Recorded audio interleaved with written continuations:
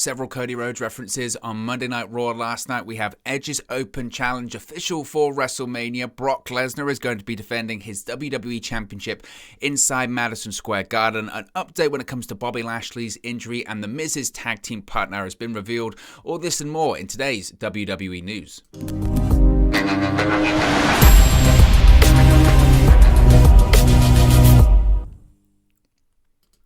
Hey guys, welcome back to Wrestling News 365. Hope everyone is doing very well. As always, there is plenty of news stories to get into today. So let's get straight into the Cody Rhodes references. Now, I know I did a video yesterday saying, where was Cody Rhodes at Elimination Chamber? And the report was, again, whether or not you believe it or not, was that he was spotted near a Florida airport because he was on his way to the Performance Center to film vignettes for his upcoming and impending WWE return. Now, we don't know if that's completely accurate, but what we do know, if you watched Monday Night Raw last night, is that there was a lot of Cody Rhodes references during that show. Now, on this week's WWE Monday Night Raw, WWE made several Cody Rhodes references to begin teasing the reported return of the former Intercontinental Champion. During The Miz's Miz TV segment, The Miz mentioned how he found a, quote, very dashing tag team partner at WrestleMania 38 against Rey Mysterio and Dominic Mysterio. He said, quote, I have found a new tag partner going into WrestleMania, someone I can relate to, someone I can trust, someone from a fighting family. He's very dashing. Someone who is an athlete and a celebrity. Now, Cody Rhodes, of course, was not revealed to be The Miz's tag team partner. We'll talk about that later on. But later on during the episode as well, Edge essentially called out the entire WWE locker room to step up to the challenge of facing him at WrestleMania this year. Now, we're going to talk about this more in depth, but in the process, Edge made references to several WWE superstars, one of which was Cody Rhodes. Edge said, quote, there's no smoke and mirrors about it. Edge is ready to make WrestleMania more magic this year. Now, as I mentioned, Cody Rhodes did not travel with the WWE crew to Saudi Arabia for Saturday's Elimination Chamber event. However, he was spotted reportedly in Florida over the weekend ahead of his WWE return. So, again, I think last night was as good as a confirmation as I think you could probably get, to be honest with you. I know there are some people that still don't believe it. I know there are people that still don't buy it. I know there are people that will say it's not true. And I know there'll be people that are, say that it's just a work or it's an elaborate work by, I guess, AEW and Tony Khan and Cody Rhodes, etc. But I think last night felt really similar to the weeks prior to CM Punk making his AEW debut last year. Now, I don't mean that in the sense of, to offend the AEW stans out there, but I mean in the sense of it's one of those situations now whereby the company themselves aren't going to confirm it. WWE's not going to come out and say, breaking news, we've signed Cody Rhodes to a multi-year deal or agreement. They're not going to do that in the same way that AEW didn't, because they're going to want the surprise. But in the same vein as CM Punk, when he made his AEW debut, I think it's just going to be a really badly kept secret. And it's just going to be a case of when does he show up? It wasn't on Raw last night. Is it going to be on SmackDown on Friday? Is it going to be at WrestleMania? Is it going to be on the Raw after WrestleMania? I still think he's going to wrestle at WrestleMania, which would imply that he's either arriving at the big event in April, or he's going to arrive before then. I tend to lean before them. They've got to sell tickets. They want to sell tickets, and I think they're not going to leave that one to chance. Even though it would be a great surprise to happen at WrestleMania, I just don't necessarily see that one happening at that show. I think it's going to happen before then. But all of those references last night didn't come off the cuff. The Miz and Edge didn't just say that randomly because they felt like it. They were scripted lines. If they're scripted lines, you could argue maybe that's just WWE trying to pick up on the buzz and trying to get people talking, or it's because he's coming and he is coming to Raw. Not like Via, when he's always indefinitely arriving to Raw. Cody Rhodes is coming very, very soon to either Raw or SmackDown, and that's why those references were put on there last night, and I'm sure we'll hear more of them on SmackDown on Friday, unless Cody Rhodes arrives on Friday, which is a possibility as well. It would make sense for him to arrive on the biggest show with the biggest audience, that being SmackDown on Fox. So Cody Rhodes is on his way, and that's why we had all those references last night, I think, on Raw. Now, speaking of Edge, I mentioned that Edge returned last night to Raw. He issued an open challenge for WrestleMania 38. Now, it was his first appearance since teaming with his wife, WWE Hall of Famer Beth Phoenix, to defeat The Miz and Maurice at the Royal Rumble last month. Edge cut a promo on his WrestleMania history and laid down a challenge for WrestleMania 38. Now, there has been speculation on Edge versus AJ Styles taking place at WrestleMania due to a reference Edge made about how the fans make him feel phenomenal, which included Edge raising his eyebrow to the camera when he delivered the line. But he also made apparent references to Finn Balor, referencing demons, United States Champion Damian Priest, talking about living forever, and also, as we mentioned, Cody Rhodes when he referenced Undeniable and Smoke and Mirrors. Who do I think that Edge is going to face at WrestleMania? I think it's AJ Styles. I think that's the one that people have wanted. I think that's the one Edge wanted. Now, of course, they could pivot, I suppose, to Cody Rhodes versus Edge, because you have to think, like, what is Cody Rhodes really going to do when he has his match at WrestleMania? He's not going to be challenging for either the WWE Championship or the Universal Championship, because that's the title versus title main events. So what other opponents really are there? And I guess that kind of just raises the question just in general, I suppose, about Cody Rhodes' WWE future, is who's he going to be facing off against? I mentioned before Drew McIntyre, because they were former tag team partners, former tag team champions, but I think Drew McIntyre's facing Happy Corbin, which again is awful for him, considering he was winning the WWE Championship at WrestleMania a couple of years ago and at least challenging for it last year. Edge versus Styles makes sense. It's a match that since Edge came back to WWE back in 2020, it's the match that a lot of people have wanted to see. So I think it probably will be AJ Styles, but I wouldn't be shocked, to be honest, if they did pivot to Cody Rhodes versus Edge. I think that's a possibility as well, so I wouldn't rule that one out. Love the promo, and fascinated to see who Edge faces off against. Brock Lesnar opened Raw last night, of course, new WWE champion, and he is set to defend his title at the world's most famous arena next month. As I mentioned, Lesnar opened Raw last night to celebrate his WWE title victory at Elimination Chamber, but he was quickly interrupted by Paul Heyman for a back and forth segment. Heyman announced that he went to the higher-ups and it was decided that Lesnar will defend the WWE Championship at the WWE Live event from Madison Square Garden in New York City on Saturday, March 5th.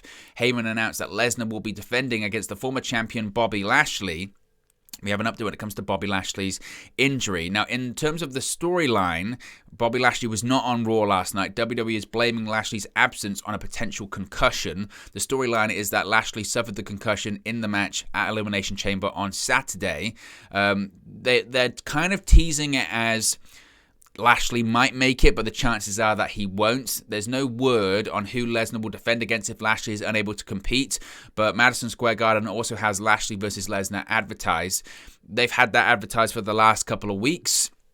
We'll have to wait and see. I mean, we'll talk about Lashley's injury in a second, but who he would defend it against if Lashley isn't able to compete, which chances are he won't be, I don't really know. I don't have the answer to that one. And it's a shame just in general when it comes to the Bobby Lashley injury. As far as the segment last night between Brock and Paul Heyman, I thought it was fine. I mean, they obviously sort of, now that, and I enjoy Brock doing his talking, because whilst Brock isn't the best promo in the world, especially if you script him lines, he's definitely not the best promo in the world.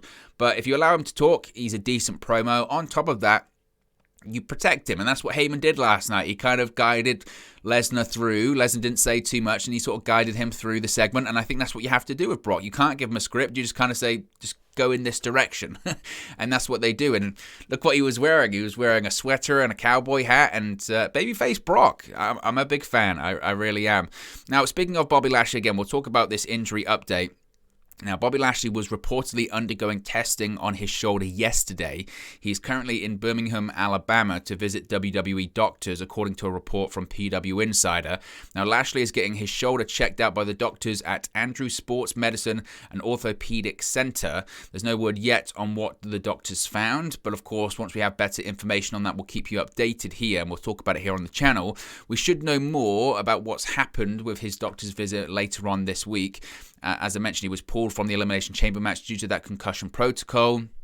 As soon as the event went off the air Saturday, the report came out from a former WWE writer that Lashley is legitimately hurt. That wasn't just a storyline angle. Well, it was to write him out of the match because he has a shoulder injury. And the feeling is that he'll require shoulder surgery, and that shoulder surgery will keep him out 4 months. I think WWE sending him to the doctors and doing all of these tests is of a hope that he can get through between now and WrestleMania. Then probably he takes time off after WrestleMania and gets the surgery, if possible, because Lashley doesn't want to miss out on that either, certainly. And they know that he's one of the biggest stars that they have. They've got to sell out 2 nights of a huge stadium, and WWE knows that's the task, and they're going to need all hands on deck, and they don't want to have Bobby Lashley out injured because of that. So I hope Bobby Lashley is okay. I just think chances are it looks like that's unlikely that he's going to be available, which is really unfortunate. Really, really unfortunate. But again, once we hear more about it, we'll talk about it here on the channel. Logan Paul is back in WWE. Logan Paul returned to Monday Night Raw last night. Logan Paul was going to WrestleMania 38 also. Raw last night saw The Miz host another episode of Miz TV, ranting about how Dominic Mysterio helped Rey Mysterio defeat him at Elimination Chamber on the kickoff show this past Saturday. He was then interrupted by the Mysterios, and then The Miz introduced his new tag team partner, and out came Logan Paul to booze. Paul hit the ring and gave The Miz a chest bump. He took the mic and said he meant no disrespect to Rey. He's a WWE legend, but he has bigger pool toys than Rey. This led to a skirmish, shall we say, between all 4 men. The Miz and Paul immediately attacked Rey and Dominic, beating them down and throwing them into the ring post. The Miz dropped Rey with a skull-crushing finale, and then Logan Paul hit his own version of a skull-crushing finale, which did not look the best, on Dominic Mysterio. Now, I know a lot of people have issues with Logan Paul, and because of just because of who he is, and because of some of the stuff he's pulled on YouTube, and that's fair. He is not the most likable guy in the world. As far as his involvement at WrestleMania, as far as his involvement last year at WrestleMania, or whenever he's been involved, it's the same with any celebrity. I've never had an issue with it. I know some pro wrestling fans are incredibly tribal, and they don't like outsiders coming in, and they don't like celebrities getting involved and all that kind of stuff. But I always say, look at it from the perspective of, from WWE. Logan Paul, whether you like it or not, has a big fan base. He has a huge following on social media, YouTube, you name it. He's an athlete, right? He was a wrestler at high school and in college or whatever. A pretty well-respected wrestler, I think. Obviously, he's done the boxing stuff. I don't really, my opinions on that are best left to another video, but I'm sure he can do fine in the ring. And again, he's a name and he can work. So, I really don't have a problem. From WWE's perspective, they're trying to get everyone possible watching WrestleMania. They're trying to get everyone to buy tickets to WrestleMania. Again, Logan Paul, as much as it must frustrate some people, will sell some tickets because he's got a dedicated hardcore fan base that really enjoy everything he does. And those people might be people that don't watch usually WWE, but they'll say, what, Logan Paul's wrestling? Yeah, I'll watch WWE. I'll watch WrestleMania because I like Logan Paul. Not many people like myself do, but a lot of people are interested in what he does. So I've never, ever had an issue. Same last year with Bad Bunny, and I think Bad Bunny's a far bigger celebrity than Logan Paul, but whatever it may be, granted, it has to be the right celebrity. When you're scraping the barrel, like Impact used to do back in the day, where they used to get like the 4th cast member off the Jersey Shore or something like that. That was a bit much, but again, I've never had a problem with stuff like this. Never, ever. So that's just my feeling on that. Finn Balor returned to Monday Night Raw as well last night. Of course, he's been on hiatus for a little while. He returned to action last night on Raw. NXT superstar, NXT 2.0 superstar Tommaso Ciampa returned to the Red Brand once again to continue his feud with Dolph Ziggler. Ciampa then brought back Finn Balor for tag team action against Ziggler and Rude. The match ended with Ciampa pinning Rude for the victory. Now, this was Balor's first match since losing to Austin Theory on the January 17 edition of Raw. It was noted on commentary that the beatdown Balor took has kept him out of the ring until now. Now, of course, Tommaso Ciampa has worked several matches he's worked main roster matches, main events. He's made a couple of appearances on Raw right now. I would assume he's on his way up. There's a match tonight on NXT 2.0 that will see Ciampa face Dolph Ziggler to determine a new number 1 contender to NXT champion Braun Breaker. I think Ziggler wins that one, and I think that could actually be, possibly, Tommaso Ciampa's final NXT 2.0 match. I think he then moves to the main roster. I think he moves to Raw. What else is there left for him to do? He's not really an NXT 2.0 kind of guy anymore. He's an old school NXT guy. And I think it's kind of been seen at this point, isn't it? It's either, if you're an old school NXT guy, it's either released or you're on the main roster. And I think that's where Tommaso Ciampa goes, and it's about time. Whether or not his body can hold up, time will tell. But it was great to see Finn Balor back as well, and a good match on the show too. Finally, this is a bit of a surprising story. Drake Maverick is back with WWE, but not in the way that you would think. Former WWE superstar Drake Maverick is reportedly back in WWE, but working on the WWE creative team. Now, Maverick was released from his talent contract back on November 18, but WWE has rehired him to work on the Raw creative team, according to a report from PW Insider. Now, Maverick reportedly started working behind the scenes for the Red Band about 3 or 4 weeks ago. His 90-day non-compete clause with WWE actually would have expired on February 16, but he's already back with the company. Now, this isn't the first time this has happened to him, because, of course, he was released at the beginning of the pandemic in 2020, and then he released that emotional video that led to him getting rehired by WWE, working on the NXT brand. He was released by WWE last year, in November of last year. And then he released sort of a play on that emotional video and sort of like, I'm free, finally, I've released from them shackles. They were holding me back for too long, and he's already back with the company. And I don't blame him. You know, money, security, and it's an office role too. So good for him. Interesting to see what ideas he brings to the WWE creative team. But look, guys, let me know what you thought about today's WWE News video in the comment section below. Be sure to like and subscribe to Wrestle News 365, and I'll speak to you again very, very soon. Hey guys, thank you for watching, listening, streaming, or however you come across this video today.